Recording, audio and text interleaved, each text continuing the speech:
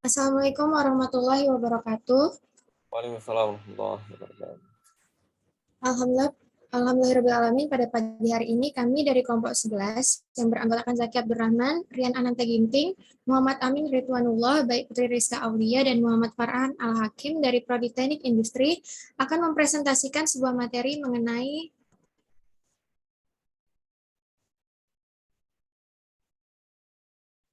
sebentar Pak,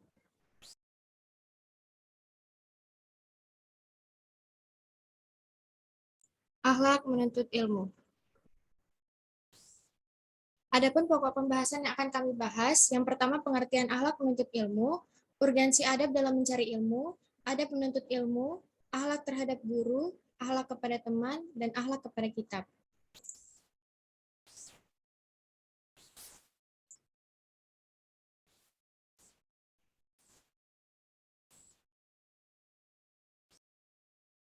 Selanjutnya akan dibahas oleh teman saya, Zaki Abdurrahman.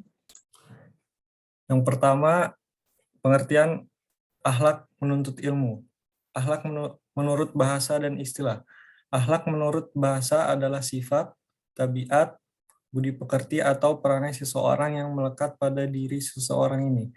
Sedangkan secara istilah, akhlak artinya adalah sifat seseorang yang melekat dalam dirinya yang kemudian dapat dilihat dari perilaku orang tersebut.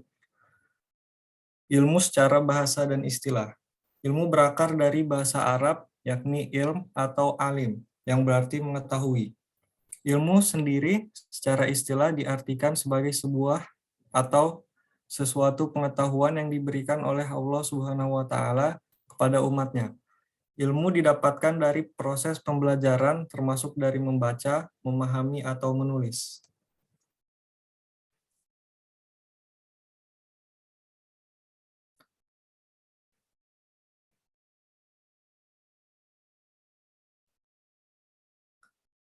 Perintah untuk menuntut ilmu. Yang pertama terdapat dalam surat Al-Mujadalah ayat 11 yang artinya Allah meninggikan derajat orang-orang yang beriman di antara kamu dan orang-orang yang diberi ilmu pengetahuan beberapa derajat. Kemudian dijelaskan juga dalam Quran surat Ali Imran ayat 18 yang artinya Allah menyatakan bahwasannya tidak ada Tuhan yang berhak disembah melainkan Dia yang menegakkan keadilan. Para malaikat dan orang-orang yang berilmu juga menyatakan yang demikian itu. Tak ada Tuhan yang berhak disembah melainkan Dia, yang maha perkasa lagi maha bijaksana.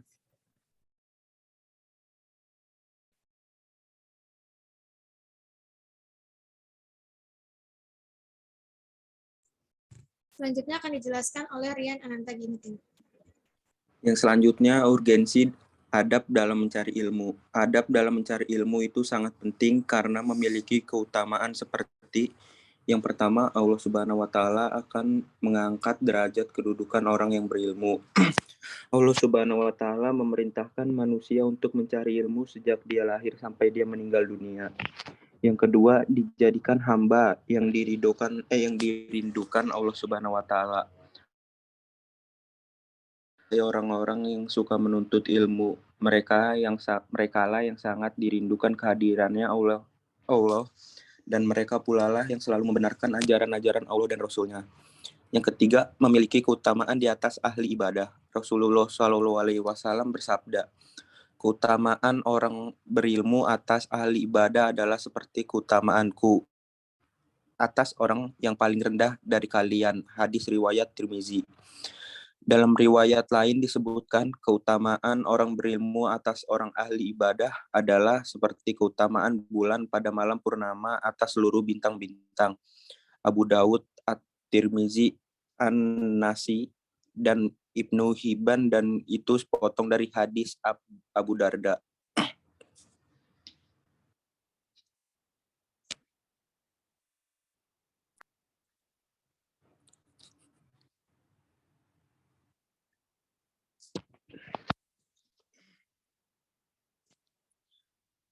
Yang selanjutnya, adab menuntut ilmu. Selain memiliki beberapa keutamaan dalam menuntut ilmu, dalam Islam juga diajarkan Bagaimana adab seseorang saat menuntut ilmu agar ilmu yang sedang ia pelajari dapat membawa banyak berkah bagi kehidupan.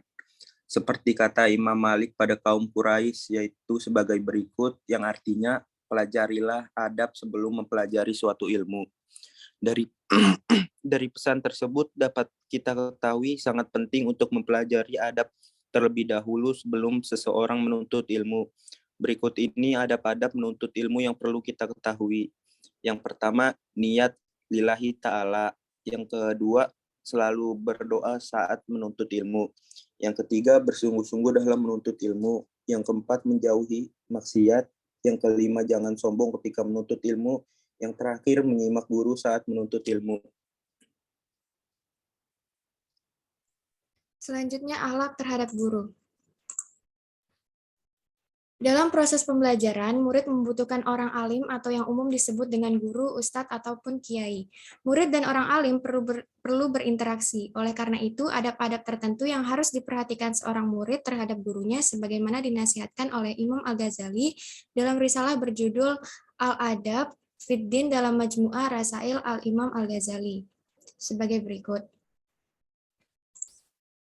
Yang artinya, adab murid terhadap guru yakni mendahului beruluk salam, tidak banyak berbicara di depan guru, berdiri ketika guru berdiri, tidak mengatakan kepada guru, pendapat fulan berbeda dengan pendapat Anda, tidak bertanya-tanya kepada teman duduknya ketika guru di dalam majelis, tidak mengumbar senyum ketika berbicara kepada guru.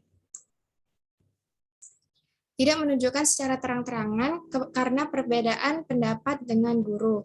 Tidak menarik pakaian guru ketika berdiri, tidak menanyakan sesuatu masalah di tengah perjalanan hingga guru sampai di rumah, tidak banyak mengajukan pertanyaan kepada guru ketika guru sedang lelah. Adab terhadap guru. Cara berakhlak terhadap guru. Yang pertama, banyak cara yang dapat dilakukan seorang siswa dalam rangka berakhlak terhadap guru. Di antaranya adalah sebagai berikut: menghormati dan memuliakan serta mengagungkannya, menuntut cara yang wajar dan dilakukan karena Allah, berupaya menyenangkan hatinya dengan cara yang baik, tidak merepotkan guru dengan banyak pertanyaan, dengan meletihkan guru dengan berbagai pertanyaan dan beban lainnya, jangan berjalan di hadapannya, jangan duduk di tempat duduknya, jangan mulai berbicara kecuali setelah mendapat izin darinya, jangan membukakan rahasia guru, jangan melawan dan menipu guru, meminta maaf dan berkata keliru di hadapan guru, memuliakan keluarganya dan memuliakan sahabat karib guru. Selanjutnya, akhlak kepada teman. Adab memiliki makna kebaikan budi pekerti atau kesopanan dan berkaitan erat dengan akhlak. Adab sangat penting dimiliki seseorang dalam membina hubungan dengan sesama. Jika tiap manusia memiliki nilai-nilai adab yang bagus dalam berhubungan dengan saudara, teman, dan tetangga, maka keberuntungan bakal bisa didapat selama menjalani kehidupan di dunia ini. Di dalam Al-Quran, terdapat sebuah ayat yang memerintahkan kepada manusia untuk berbuat baik terhadap sesama, terutama bagi maupun tetangga tersebut. Dalam surah An-Nisa ayat 36, Allah Subhanahu wa taala berfirman sebagai berikut, yang artinya, sembahlah Allah dan janganlah kamu mempersekutukan suatu pun, dan berbuat baiklah kepada dua orang ibu bapak, karib kerabat, anak-anak yatim, orang-orang miskin, tetangga yang dekat dan yang jauh, teman sejawat, ibnu sabil, dan hamba sahayamu. Sesungguhnya Allah tidak menyukai orang-orang yang sombong dan membangga-banggakan diri. Berteman sebaiknya dilakukan dengan mereka yang berperilaku baik. Hal ini demi menjaga perbuatan dan sifat agar tetap menuju ke perilaku yang positif pula. Dalam hal adab terhadap teman, berikut ialah beberapa sikap yang dapat dilakukan oleh manusia. Yang pertama, membuat suasana yang aman dan nyaman tanpa ada kegaduhan. Saling membantu jika ada pihak yang membutuhkan. Yang ketiga, selalu membawa kebaikan dalam pergaulan. Keempat, menempatkan teman sebagai satu tim dengan tujuan yang sama. Yang kelima, memiliki sifat mengalah dalam menjalin hubungan dengan teman. Yang keenam, menghargai pendapat orang lain, dan sebagainya. Ada sebuah hadis riwayat Bukhari dan Muslim yang mengatakan, permisalan teman yang baik dan teman yang buruk ibarat seorang penjual minyak wangi dan seorang pandai besi. Penjual minyak wangi mungkin akan memberimu minyak wangi, atau engkau bisa memberi minyak wangi darinya. Dan kalaupun tidak, engkau tetap mendapatkan bau harum darinya. Sedangkan pandai besi bisa jadi percikan apinya mengenai pakaianmu, dan kalaupun tidak, engkau tetap mendapatkan bau asapnya yang tak sedap. Selanjutnya akan dibacakan oleh teman saya Muhammad Farhan Al-Hakim.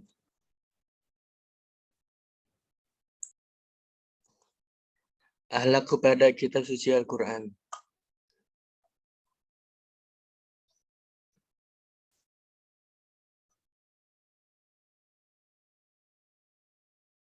Akhlak kepada kitab suci Al-Quran.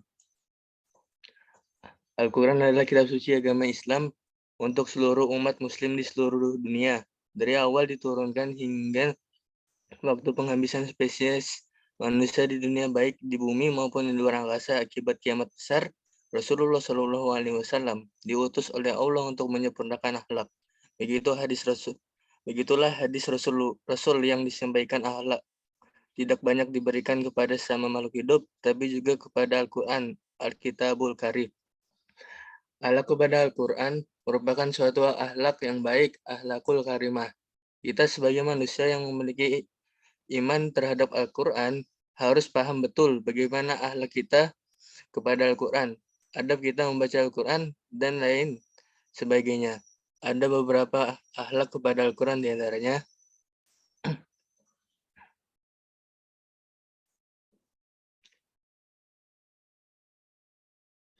Akhlak sebelum membaca Al-Quran, yang pertama adalah suci dari hadas kecil dan hadas besar. Kedua, akhlak pada saat membaca Al-Quran, yaitu dimulai dengan membaca ta'awudz seperti firman Allah Subhanahu wa Ta'ala dalam surah An-Nahl ayat 98 sampai 99 yang artinya, apabila kamu membaca Al-Quran, maka minta perlindungan kepada Allah dari syaitan yang terkutuk. Sungguhnya syaitan itu tidak akan kuasa baginya atas orang-orang yang beriman dan bertakwa kepada Tuhannya. Kemudian dilanjutkan dengan membaca basmalah, mengerjakan urusan lain yang dianggap penting, sebagaimana dimulai dengan basmalah agar diberkahi oleh Allah Subhanahu wa Ta'ala. Apatah lagi membaca Al-Quran yang merupakan firman Allah Subhanahu wa Ta'ala sepantasnya dimulai dengan basmalah. Pekerjaan yang dilakukan dimulai dengan basmalah mengandung makna bahwa pekerjaan itu disandarkan kepada Allah Subhanahu wa Ta'ala. Pekerjaan itu melibatkan Allah Subhanahu wa Ta'ala. Setelah itu mengucapkan amin setelah membaca surat Al-Fatihah. Akhlak setelah membaca Al-Quran adalah setelah membaca Al-Quran, terutama setelah menamatkan bacaan Al-Quran, sebaiknya berdoa karena sahabat Rasulullah Shallallahu Alaihi Wasallam melakukan hal itu. Sebagaimana dijelaskan dalam suatu riwayat bahwa diriwayatkan dari Anas radhiyallahu anhu bahwasanya apabila dia Anas bin Malik menamatkan Al-Quran, dia mengumpulkan keluarganya dan berdoa. Hadis diriwayatkan oleh Abu Daud. Perlu diketahui pula bahwa menamatkan bacaan Al-Quran sebaiknya memilih waktu awal malam atau awal siang. Karena siapa yang menamatkan baca Al-Quran awal malam, maka malaikat mendoakan sampai subuh. Dan siapa yang menamatkan bacaan Al-Quran awal siang, maka malaikat mendoakannya sampai malam. Sekian dari kelompok kami. Kurang lebihnya mohon maaf. Jika ada pertanyaan bisa langsung disampaikan. Wassalamualaikum warahmatullahi wabarakatuh.